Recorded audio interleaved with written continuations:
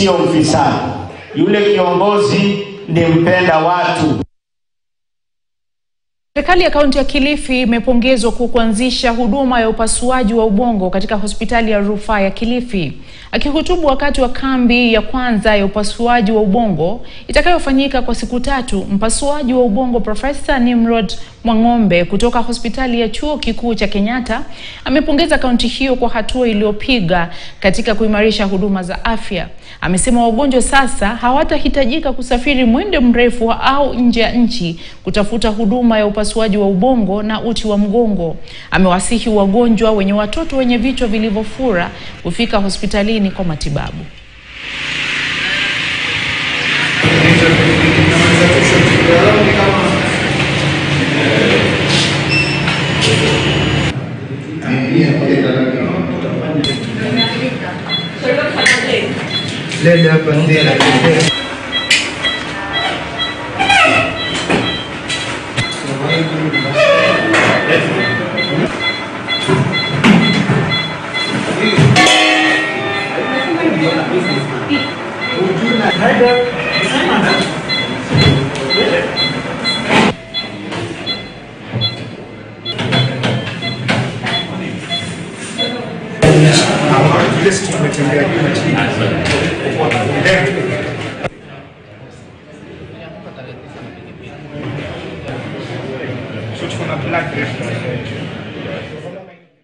Na mtazamaji, taarifa hiyo kutoka Kilifi ndio inatutilia tamati ya taarifa zetu za Mbiu ya KTN alasiri ya leo. Asante sana kwa kutuazima muda wako. Mungu akijalia tutakutana kesho mwendo wa saa 1. Utakuwa naye Ali Manzu kwenye taarifa za KTN leo. Jina langu ni Zubeida Kananu. Mkalimani wa ishara amekuwa ni Damian Evans. Kwa niaba ya wote walioshiriki tunakutakia alasiri njema. Kwaheri.